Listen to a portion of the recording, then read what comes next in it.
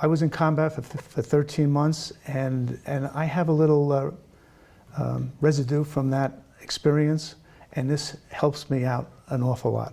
It makes me feel fulfilled and grateful that I'm there to help out former Marines, and it just is therapy as far as I'm concerned. Welcome to Crossroads. I'm your host, Joshua Philipp. Today we have with us Ed Boran. He's the co-president of the Marine Corps Law Enforcement Foundation. Ed, it's a real pleasure having you on. It's my pleasure to be here, sir. Thank you. Now, Ed he's a Vietnam veteran. He's a Marine. He's retired FBI. Has a lot of good stories to tell us. And I understand your organization is not like your normal nonprofit. You only have one paid employee on the entire thing. Tell us about what you do. I work with the Marine Corps Law Enforcement Foundation, which was founded back in 1995 by 4 former Marines, one of which was Jim Kallstrom, who headed the FBI office here in New York, with the mission of giving the children of fallen Marines, Navy corpsmen, and federal law enforcement officers a scholarship grant. And as of January 1st of this year, we've increased the amount of the scholarship grant from $30,000 to each child to $35,000. And since our inception in 1995, we have now exceeded over $76 million that we've given out, affecting the lives of over 4,100 children and families. And I understand too, pretty close to almost 100% of what you make goes to the actual cause.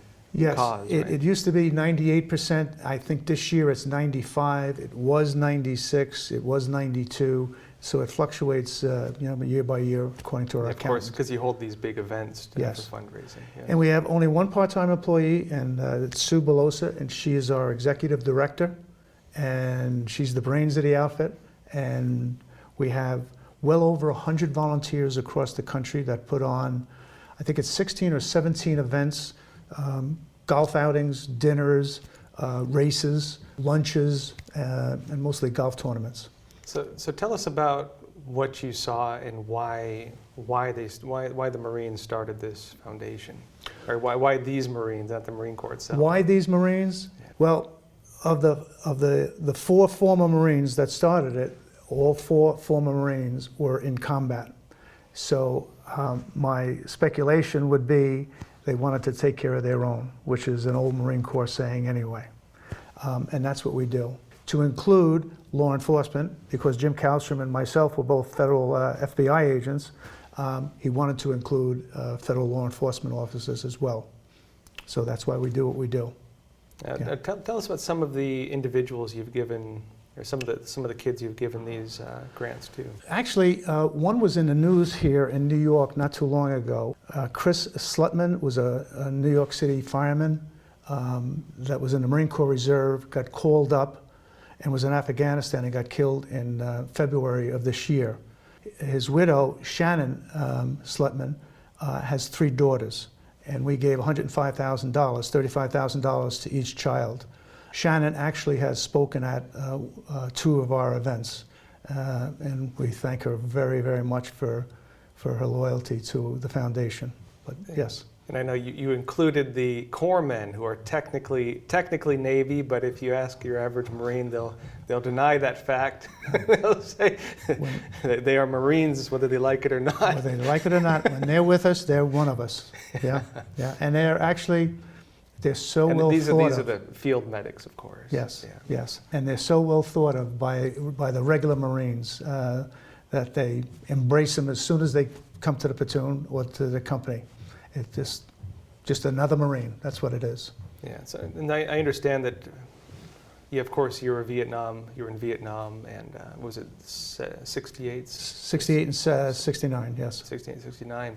We were talking about off camera. You're telling me about, for example, your sergeant, some of the things that Marines witness or do and then never tell anyone. Yes. But these stories sometimes are so inspirational. I think partly because this is my own interpretation. The reason people like war stories isn't because they like the idea of war. It's that when faced with life and death, a person's true nature comes out.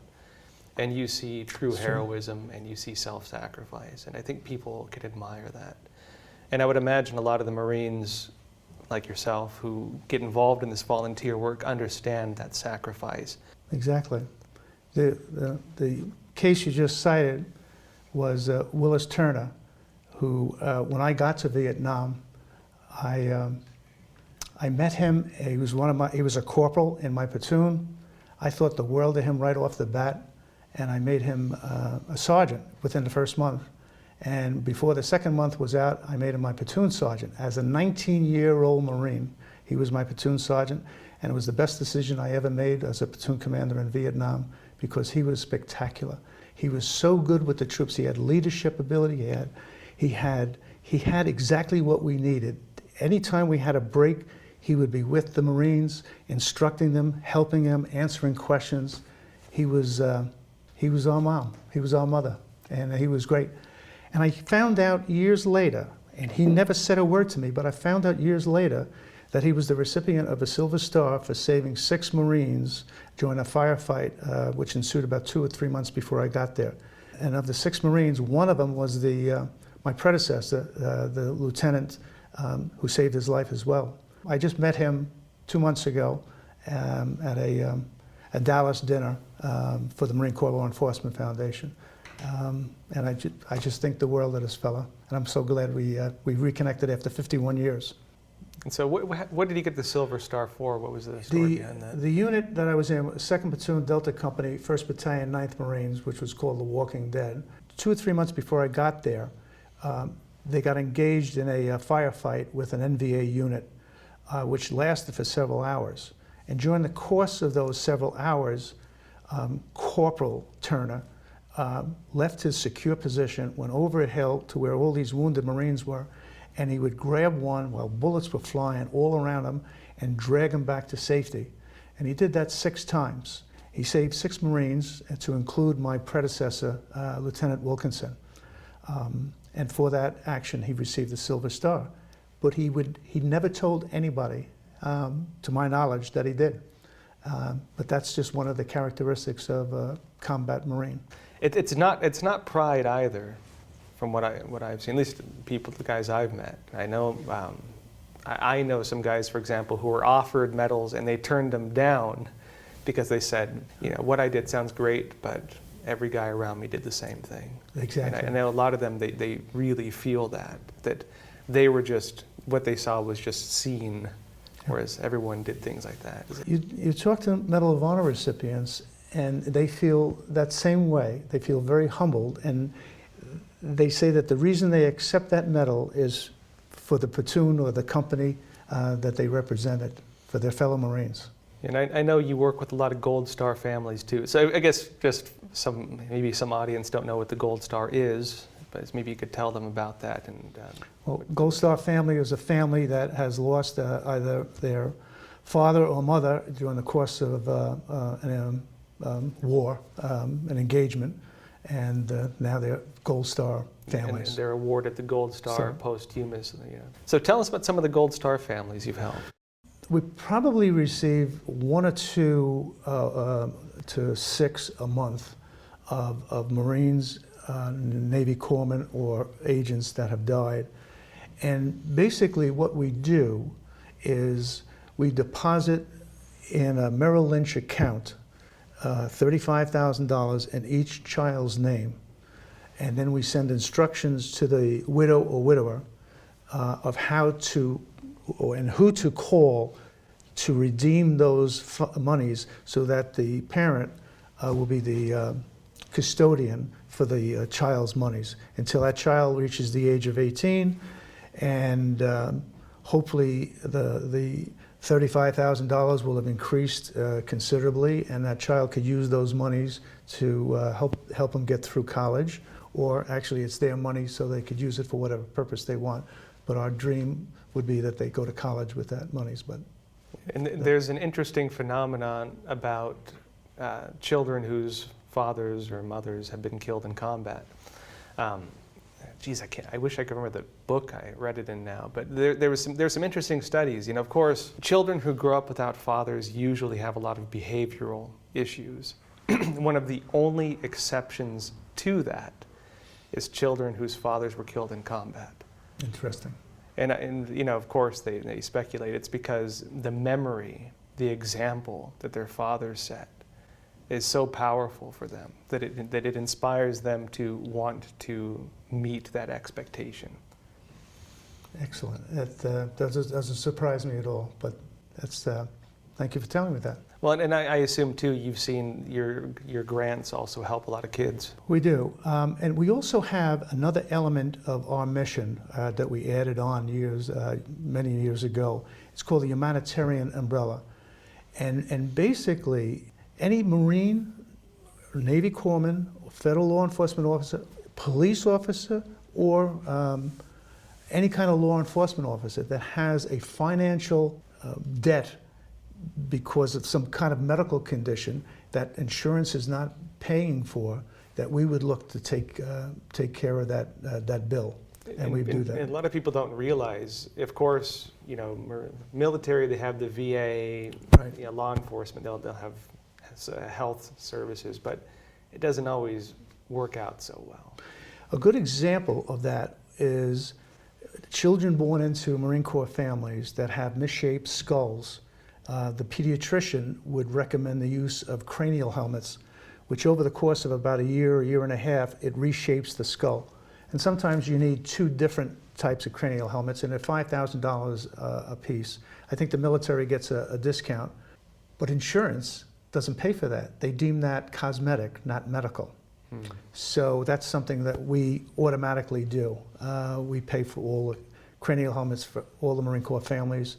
And sometimes you hear about a tragic story about a police officer, a law enforcement officer that was in an accident and just weird circumstances. They're in debt. They can't help themselves.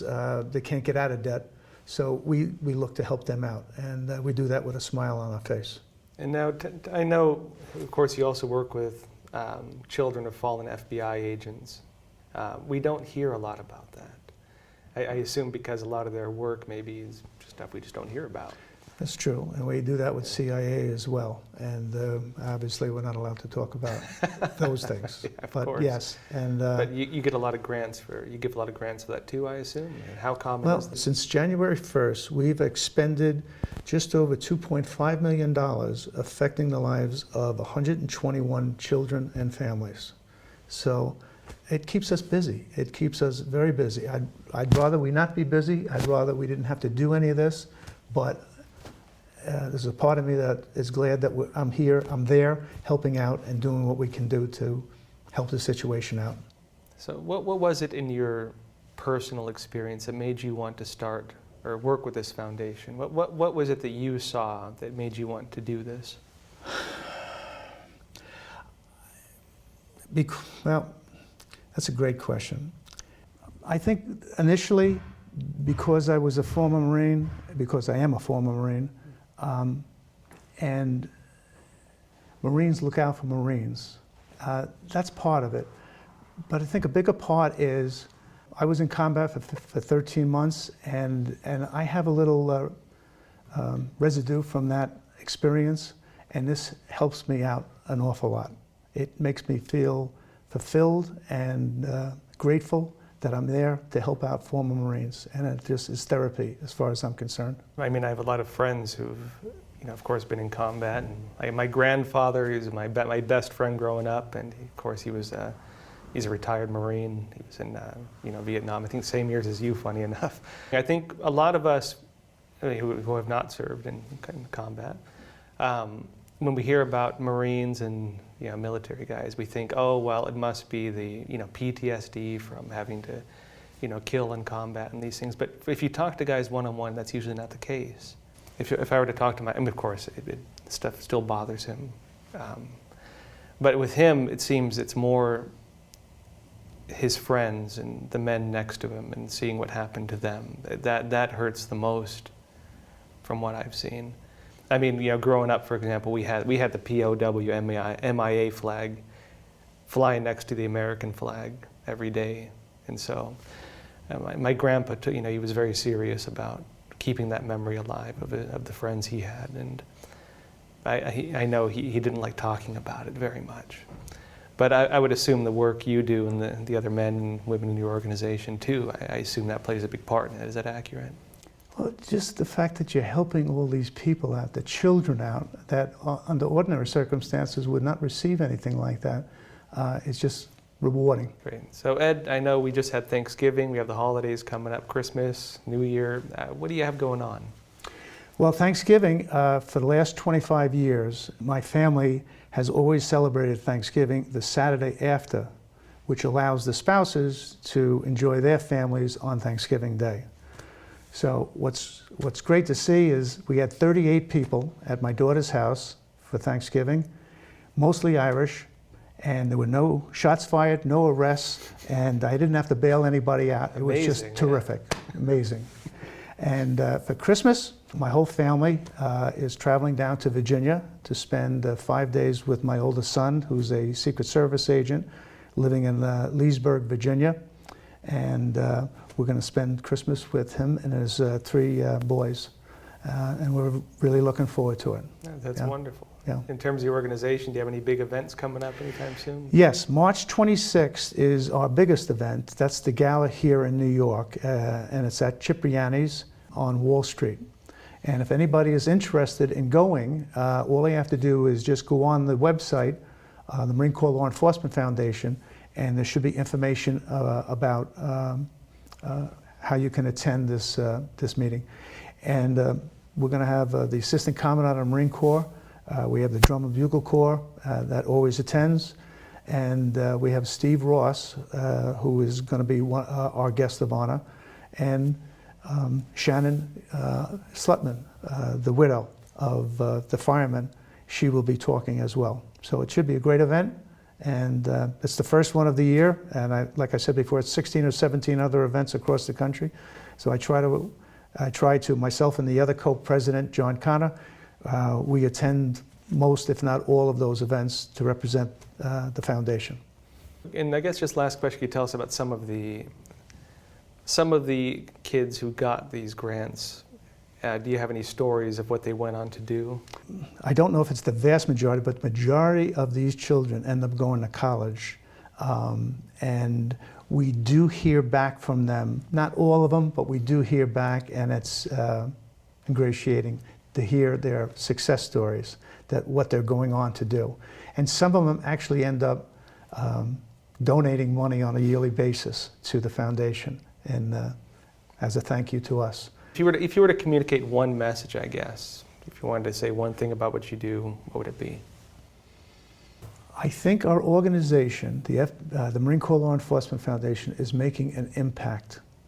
And not only with the families that we help, but also with the amount of donors across the country, that they see in what we do as something that they appreciate, and the outpouring from Americans across the country is just amazing. It keeps us in business. The fact that we have expended over 76 or $78 million, and monies keep on pouring in because people believe in our cause and they want to help these families out. And what's nice to see is that Americans across the country now appreciate more veterans and what veterans have done to save this country. Whereas I think when we came back from Vietnam, that was not the case. But I'm glad to see that stage of our life here is over, and that we're into a let's appreciate the veterans mode. Great. Hey, Ed, real pleasure having you on the show. It's my pleasure, so thank you very much. Yeah, thank you as well. Okay. I appreciate the work you're doing. Thank you. Thank you. Great. Everyone, please remember to like and subscribe. I'll see you next time.